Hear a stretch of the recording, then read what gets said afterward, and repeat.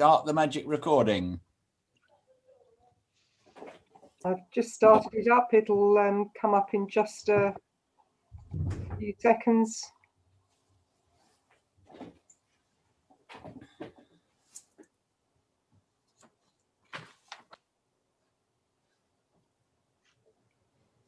Okay, fit to go? We are, Leader. Thank you very much indeed. Good evening, councillors. Good evening, ladies and gentlemen who may be watching us. My name is John Ward. I'm the leader of the council and the chairman of the executive, and hence this committee. I am supported this evening by the chief executive, Tom Horwood, the strategic directors, Graham Clark and Annie Wrighton, the head of policy and governance, Robin Taylor, and also, oh, I hope you won't need him, the borough solicitor, Daniel Bainbridge. Obviously, councillors, we're well used to this now, so please use the hands raised function when you wish to speak. And as a general notice, if any members of the meeting lose their connection temporarily, we'll pause the meeting in order to allow them to rejoin. But if the webcast stream fails, we will adjourn the meeting until we are able to reset the connection. Having got the housekeeping matters out of the way, apologies for absence. Fiona, I think I've counted 10 members, so I guess there are none. No apologies, Leader. Okay, thank you very much. Members, our meeting on the 9th of February, the notes have been published. Could I please have your agreement to sign them off at a later date? If you could unmute and acclaim, as they say. Agreed. Thank you very much indeed. Declarations of interest, none before the meeting. Councillors, are there any last minute declarations at the meeting? Thank you very much. Silence is golden. Item 4 is questions from members of the public, and I am able to report that there are no questions from members of the public. And item 5 is questions from members, and I can also report that there are no written questions in advance from members. Update from the leader and portfolio holders. Hopefully will be fairly short and potentially selective.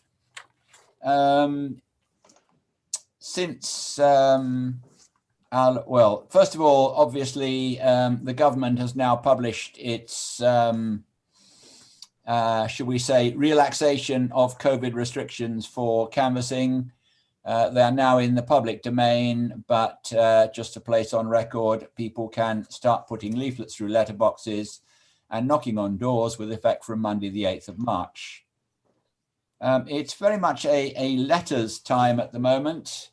The first letter that has now gone out is to the Right Honourable Minister Jenrick at the MHCLG, which is a letter signed off by the leaders of all the parties at this council.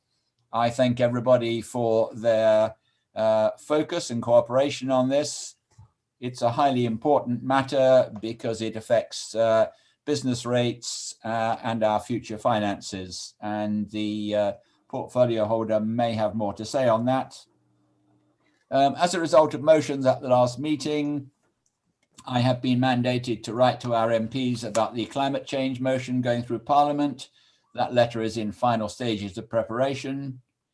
We have also been mandated to contact Surrey about the fire brigade, and that is also in preparation.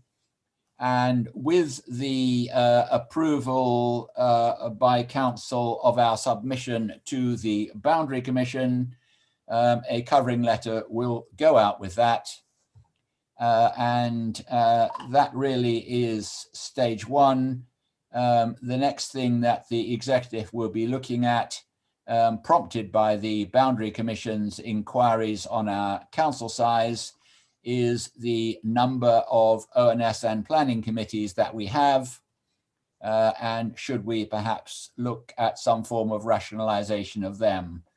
And the executive will be looking at that in the very near future. If any other members of the executive wish to speak, could they put their hands up? Because I'm sure everybody probably won't, because I was going to say they spoke at the last council meeting, but in fact, of course, the council meeting is continuing and at this rate could go on for 3 months rather than 9 hours. However, the first hand I have is Councillor Merriweather. Thank you, Leader. Yes, the letter to Robert Jenrick MP went yesterday, an all-party, all-group letter. We will be publishing it on our website for residents to see. Otherwise, there's a budget tomorrow, so let's hope for some more business grants coming through there. And I think Councillor Townsend will briefly touch on the annual meeting for businesses coming up tomorrow as well. Thank you. Thank you, Councillor. And Councillor Townsend has obediently put her hand up. Thank you, Leader. Yes, I just wanted to mention that we have got our annual business meeting tomorrow. This year it's a bit different because it's online, so it starts at 9:30. We're delighted to be able to welcome Kathy Slack, who is the CEO of the EM3 LEP, the Local Enterprise Partnership, and she's going to give a presentation on how the LEP has responded to COVID, to the challenges there. And then we have our very own Councillor Merriweather, who will be providing an insight into the council's finances for businesses and also the impact of COVID. And we then have our a starring role with our finance manager, Peter Vickers, who will be providing an update on business rates as so far. Can I just point out, Leader, that we preempted Rishi Sunak. We published our date first, so but I'm sure there may be obviously changes later on in the day that we will update our businesses with. And we do have a Q&A session, and there's already quite a few questions that have been submitted by businesses, so it should be quite a lively event. Thank you, Leader. Thank you, Councillor. Let's hope that Rishi Sunak picks up some pointers from us and puts them into his afternoon speech. Next one I have is Councillor Follows. Thank you, Leader, and good evening, everyone. I just very quickly wanted to update on the appeal that has been lodged by UK Oil and Gas in regards to the drilling near Dunsfold. Members and public will remember that this was refused when it came to the committee at Surrey County Council not too long ago. I just wanted to briefly flag that we are working with the residents lobby group Protect Dunsfold, and now I'm pleased to say also with Alfold and Dunsfold parish councils, in order to present a united front, because obviously because of our climate emergency and also to protect our own economy and residents, Waverley Borough Council will be exerting its right to be a Rule 6 party to that appeal. So we'll be fully participating in that. We've been told that the appeal date, bear with me because we've just had this today, is going to be 10 o'clock on the 27th of July and could last for as much as 9 days. Which is going to be conducted remotely. We've been told, obviously that might be subject to change depending on how this progresses. But certainly this is something that myself, Councillor Williams and Councillor Townsend will keep members updated with as we go. And I've briefed the borough members for Dunsfold, Alfold, and also Bramley, Busbridge and Hascombe, who are the nearest borough members. So if anybody has any questions on that, please do give me a shout separately. Thank you. Thank you, Councillor. I think that's all you need to hear from me and the portfolio holders. So we will move on to the next agenda item 7, which is entitled Property Matter, Land at Lockswood Road, Alfold, Access Rights. And I would ask Councillor Mark Merriweather to lead on this item. Thank you, Leader. So very briefly, this is a part exempt item. And 2 of the annexes are restricted, but in essence, it concerns a developer seeking our agreement for a pedestrian and cycle link across council-owned land at Chilton Close in Alford to comply with the planning requirement that a residential development there is sustainable and reasonably linked to Alfold itself.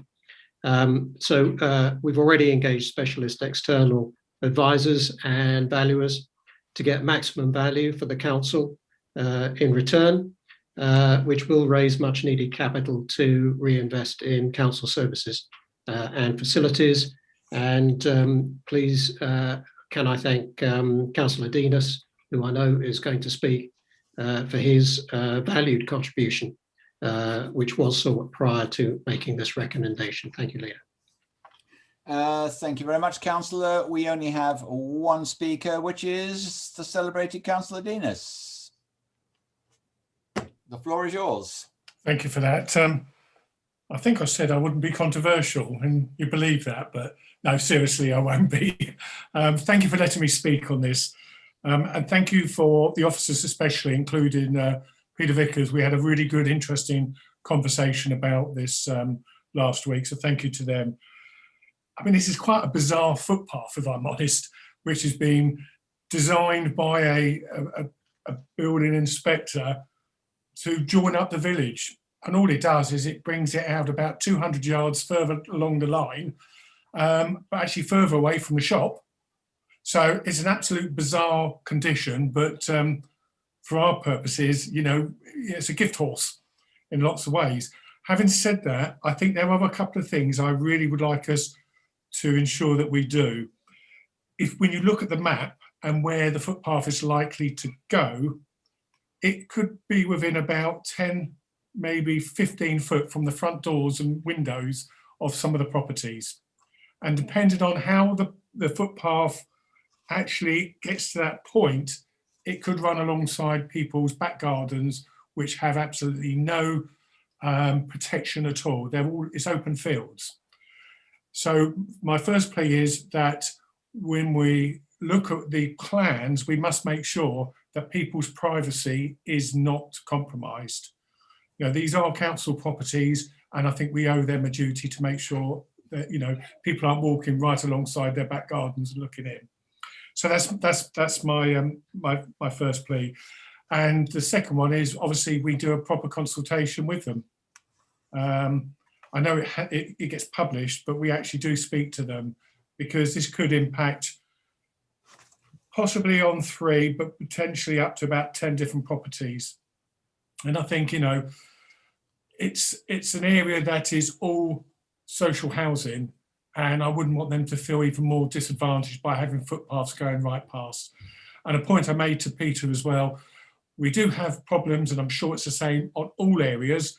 When you have footpaths, they get used for motorbikes and everything else. So we need to make sure they're designed in such a way that you're not getting motorbikes roaring up and down people's back gardens in front of their houses. We've had this problem in Moorfold before with footpaths, and I would just like to make sure, again, that's something we consider. I was delighted that the leader said about it'd be great because we can then reinvest. I can assure the leader that in due course, I am sure there'll be several applications, so we can ensure that Moorfold gets invested, as they are the area that actually is having all this housing put on. So I shall hold you to your word. So I appreciate that. So that's it really. It's just a couple of issues that we've got to, mustn't lose sight of, to ensure that the residents aren't disadvantaged with their privacy. Thank you, Leader, for allowing me to raise those points. My pleasure. Thank you, Councillor. And I can assure you we will take cognizance of what you've said, and it will be part of our decision-making process. I have one of those rare moments when there's not a single blue hand to be seen from my normally loquacious fellow members of the executive.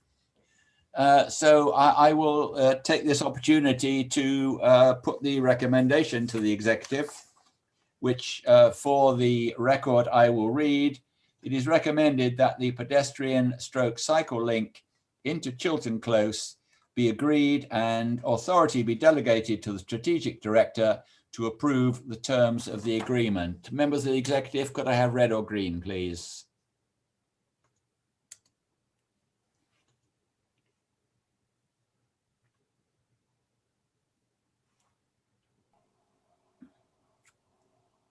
That's 10 votes in favour, Leader. Thank you very much, Fiona. I always like a mathematician to help me out with these things. That is our single agenda item for the evening. There are no matters for exempt, and there are no further matters on the agenda. So thank you all very much for your attention, and good night.